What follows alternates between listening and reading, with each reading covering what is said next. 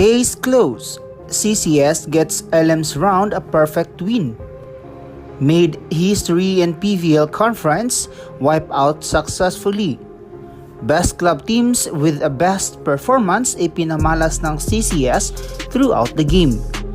Good mood everyone, welcome back to my YouTube channel. Huwag kalimutang mag-like, share, subscribe at pakihit na rin ang notification bell para updated ka sa ating mga video. Successfully win the match at may pa-wipe out pa sa elimination round ang nagawa ng CCS.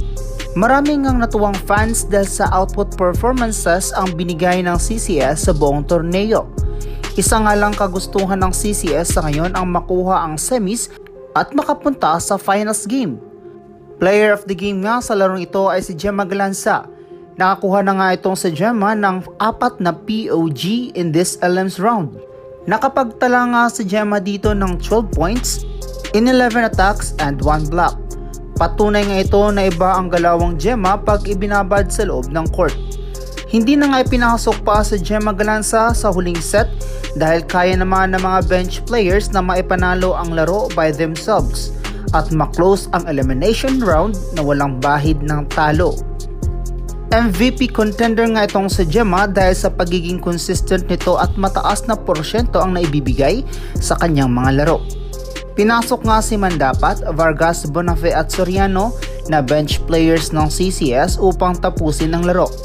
Dito nga ay nagpakita sila ng husay at galing ang ipinamalas nito kalaban ang Galleries. Si Bonafe nga ipinasok ni Coach Sherwin sa 3rd and 4th set kung saan ay nagbigay ito ng magandang impact sa laro.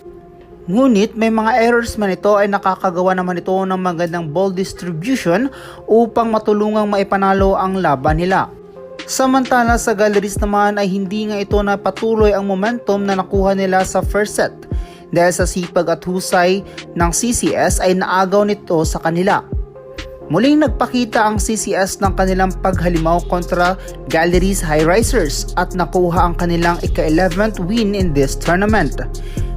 Minadali na nga lang ng CCS ang panalo dahil para makapag-relax na sila. Core players ng CCS ay hindi na ipinasok sa huling set at pinagpahinga na lamang ito. Mga ka-hype, isa ka ba sa bumilib at sumaya sa husay at galing ng CCS?